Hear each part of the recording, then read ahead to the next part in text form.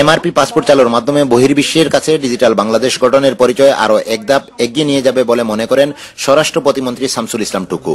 তিনি ফ্রান্সের বাংলাদেশ দূতাবাসে আনুষ্ঠানিক মেশিন রিডেবল পাসপোর্ট উদ্বোধনকালে একথা বলেন। মন্ত্রী গতকাল ফ্রান্স দূতাবাসে ফিতা কেটে প্রথমে এমআরপি পাসপোর্ট কার্যক্রমের উদ্বোধন করেন। পরবর্তীতে বাংলাদেশ দূতাবাসের হলরুমে প্রবাসী বাংলাদেশিদের সাথে মত বিনিময়ে মিলিত হন। এ সময় প্রবাসী বাংলাদেশিদের এমআরপি পাসপোর্টের প্রয়োজনীয়তা ও গুরুত্বের উপর আলোচনা করতে গিয়ে তিনি বলেন, দেশকে সমৃদ্ধশালী করতে হলে মানব সম্পদ বিদেশে পাঠিয়ে বৈদেশিক মুদ্রা বাংলাদেশে নিয়ে যেতে হবে। আমরা সত্যিকার অর্থেই গড়তে চাই, অন্যান্য উন্নত দেশের সাথে প্রতিযোগিতা করে বাঁচিয়ে রাখতে চাই, গর্বের জাতি হিসেবে মাথা উঁচু করে পৃথিবীতে বাঁচতে চাই।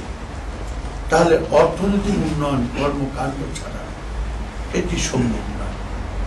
আর অর্থনৈতিক উন্নয়ন কর্মকাণ্ডের একটি অংশ দেশকে অর্থনীতি স্বনির্ভর অর্থনীতিতে যদি আমরা গড়ে তুলতে চাই, শিল্প কলকারখানা, কৃষি উৎপাদন বিভিন্ন ক্ষেত্রের বাইরে, সেটি হলো মানব সম্পদ বিদেশে পাঠিয়ে বৈদেশিক মুদ্রা অর্জন।